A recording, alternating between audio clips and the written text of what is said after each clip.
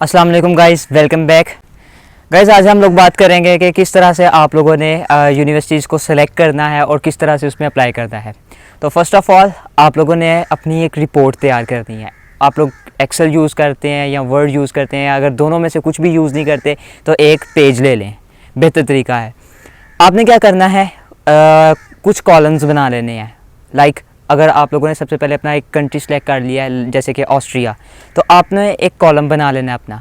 First column के अंदर आप लोगों ने यूनिवर्सिटीज़ के नाम लिख लेने हैं, जितनी भी उनकी यूनिवर्सिटीज़ हैं। पब्लिक सेक्टर की यूनिवर्सिटीज़ होगी, प्राइवेट सेक्टर की यूनिवर्सिटीज़ होगी, जिसमें आप इंटरेस्टेड हैं अप्लाई करने में, तो उसका आप लोगों ने एक कॉलम बना लेना है। सेकंड वाले कॉलम में आपने उस यूनिवर्सिटीज़ की एप्लीकेशन स्टार्टिंग की डेट लिखनी है कि कब से उसकी एप्लीकेशन स्टार्ट हो रही है। उसके बाद आपने एक थर्ड कॉलम बनाना है जिसमें आपने उसकी क्लोजिंग डेट मेंशन करनी है। इसके अलावा भी अगर आपको कोई इन्फॉर्मेशन चाहिए या कोई यूज़फुल इन्फॉर्मेशन आपको लगती है तो आपने उसके आगे मज़ीद कॉलम्स बना के उसके अंदर वो सारी इन्फॉर्मेशन पुट कर देनी है। अब ऑस्ट्रिया लेट्स सपोज आप लोगों ने चूज़ किया है, तो आपने क्या करना है कि ऑस्ट्रिया की जितनी भी पब्लिक सेक्टर की यूनिवर्सिटीज़ हैं आपने उसकी एक लिस्ट तैयार कर लेनी है। अब लेट्स सपोज आपने एक 20 यूनिवर्सिटीज़ की लिस्ट तैयार की है। अब ऐसा पॉसिबल नहीं है कि 20 यूनिवर्सिटीज़ में आप एलिजिबल हों। मे बी जब आप उनको स्क्रूटिनाइज़ करें तो 15 यूनिवर्सिटीज़ में आप एलिजिबल हों। एक चीज़ आपने याद रखनी है, जितनी मैक्सिमम यूनिवर्सिटीज़ में आप अप्लाई करेंगे उतने ही ज़्यादा चांसेस आपके पास होंगे कि आप उस यूनिवर्सिटीज़ में किसी ना किसी में से एक में से आपको ऑफ़र लेटर आ जाए। तो अगर तो आपके पास 2 से 3 यूनिवर्सिटीज़ आपको एक्सेप्ट कर लेती हैं तो उसमें आपके पास बेटर चांस है कि आप लोग किसी एक यूनिवर्सिटीज़ को प्रेफर करें जो कि आपके लिए सूटेबल हो। तो गाइस आपने सबसे पहले क्या करना है, आपने अपना बजट तैयार करना है और देखना है उस बजट में कौन से जो कंट्रीज़ हैं वो बेनिफिशियल रहेंगे आपके लिए। अगर हम लोग यूरोप की बात करें तो इटली की मोस्टली यूनिवर्सिटीज़ हैं, उनके एडमिशन स्टार्ट हो जाते हैं दिसंबर एंड से लेकर मार्च तक चलती हैं, और कुछ यूनिवर्सिटीज़ लेट अगस्त तक भी एडमिशन्स देती हैं। लेकिन कोशिश आपने करनी है कि अगर आप इटली के लिए अपना केस तैयार कर रहे हैं तो दिसंबर से ही आप अपनी तैयारी शुरू कर दें और फरवरी मार्च तक आपने अप्लाई कर देना है, ताकि आपको जल्दी से जल्दी जो है ना यूनिवर्सिटी की एक्सेप्टेंस मिल जाए और आप उतनी जल्दी अपनी प्री एनरोलमेंट करवा लें। इसी तरह अगर हम लोग ऑस्ट्रिया की बात करें तो ऑस्ट्रिया के अंदर भी एडमिशन्स नवंबर एंड और दिसंबर जनवरी के अंदर स्टार्ट हो जाते हैं। लेकिन ऑस्ट्रिया का गाइस प्रोसीजर थोड़ा सा डिफरेंट है। ऑस्ट्रिया में आपको अपनी एनरोलमेंट या अपनी जो वीज़ा की अपॉइंटमेंट है और डॉक्यूमेंट्स की वेरिफिकेशन की अपॉइंटमेंट है वो एम्बेसी को पहले ही आपने बुक करनी है। अब जो सिनेरियो चल रहा है आपको पता है, हर बंदा ही बाहर जाना चाहता है, मुख्तलिफ़ कंट्रीज़ में जाना चाहता है। तो जो ज़्यादातर लोग कंट्री सेलेक्ट करते हैं उसमें इटली आ जाता है, ऑस्ट्रिया आ जाता है, जर्मनी और फ्रांस वगैरह, ये यूरोप के वो कंट्रीज़ हैं जिनमें ज़्यादातर लोग जा रहे हैं। तो ऑस्ट्रिया के अंदर अगर आप लोग इंटरेस्टेड हैं अप्लाई करने के लिए तो आपको मैं ये रिकमेंड करूँगा कि आप आज ही अपनी वेरिफिकेशन के लिए अपना केस सबमिट कर दें ऑस्ट्रियन एम्बेसी में, क्योंकि अगर आप आज अप्लाई करेंगे तो फिर पॉसिबल है कि आपको कोई मार्च या मई तक अपॉइंटमेंट मिले वेरिफिकेशन की। तो आप वेरिफिकेशन भी अप्लाई करेंगे और साथ ही साथ आपने वेरिफिकेशन के साथ अपनी आरपी के लिए भी अप्लाई कर देना। गाइस अब आरपी क्या चीज़ है, ऑस्ट्रिया के अंदर जब भी आपने अपना केस अप्लाई करना है तो आपको वो वीज़ा अपॉइंटमेंट नहीं देंगे, वो आपको आरपी के लिए अपॉइंटमेंट देंगे। बेसिकली आरपी ही उनका वीज़ा है, रेजिडेंस परमिट इसको बोला जाता है।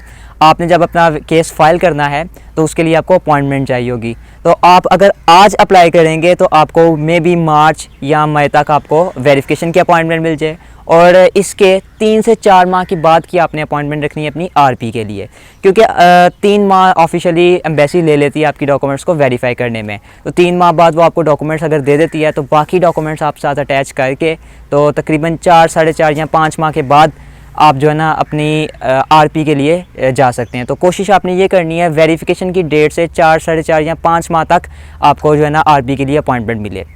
तो एक दफ़ा आपकी आरपी अप्रूव हो गई तो उसके बाद तो ऑब्वियसली आप फिर ऑस्ट्रिया अप्लाई कर जाएंगे। तो ऑस्ट्रिया के लिए जो लोग अप्लाई करना चाहते हैं वो आज से ही अप्लाई करना स्टार्ट कर दें, आज से ही अपनी तैयारी शुरू कर दें। बिकॉज सिनेरियो इस तरह का हो गया है कि इतने ज़्यादा लोग अप्लाई कर रहे हैं कि अगर आज आप लोग बुकिंग करते हैं तो आपको 7-8 माह या साल बाद जाके अपॉइंटमेंट मिलेगी। आप लोग इसकी डेट्स वेबसाइट पे जाके चेक भी कर सकते हैं, उसके ऊपर स्लॉट्स आ रही होती हैं और किस टाइम पे कितनी स्लॉट्स अवेलेबल हैं वो सारी अवेलेबिलिटी उसकी वेबसाइट पर आ रही होती है। तो गाइज़ अब रोशनी डालते हैं थोड़ा सा इटली के प्रोसेस के ऊपर। इटली का प्रोसेस ऑस्ट्रिया से थोड़ा सा डिफरेंट है। आपने क्या करना होगा, आपने किसी भी इटालियन यूनिवर्सिटीज़ में अप्लाई करेंगे जब आप, तो उनसे आपने ऑफ़र लेटर या एक्सेप्टेंस लेनी है। कुछ यूनिवर्सिटीज़ ऑफ़र लेटर दे देती हैं, कुछ एक्सेप्टेंस दे देती हैं ईमेल पे। वो ईमेल एक्सेप्टेंस भी ओके होगी और आपके पास जो ऑफ़र लेटर आया होगा वो भी एक्सेप्टेबल होगा।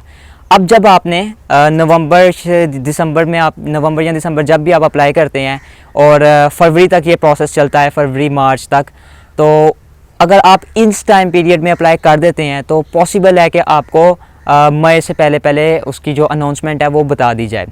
गाइस कुछ लोग फ्री की तरफ जाना चाहते हैं कि वो उन यूनिवर्सिटीज़ में अप्लाई करते हैं जिनमें फ्री ऑफ कॉस्ट अप्लाई किया जाता है, लेकिन मैं आपको प्रेफर करूंगा कि आप उन यूनिवर्सिटीज़ में कम से कम कोई एक ऐसी यूनिवर्सिटी में अप्लाई ज़रूर करें जहां पे आपको एप्लीकेशन फ़ीस पे करना पड़े, क्योंकि अगर आप एप्लीकेशन फ़ी पे कर देते हैं तो उसकी वजह से आपका प्रोसेस ज़्यादा स्पीड अप हो जाएगा। आप एक यूनिवर्सिटी में अप्लाई करते हैं दिसंबर में, उसकी एप्लीकेशन फ़ीस पे कर देते हैं, वो 10-12 दिन बाद आपको उसका रिज़ल्ट दे देती है कि आप एक्सेप्ट हैं या उनको नहीं एक्सेप्टेबल आप।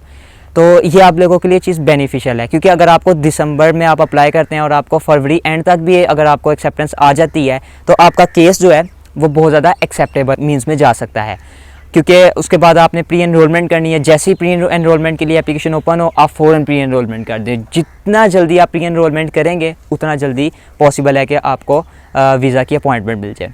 अब आपको ऑफ़र लेटर मिल गया।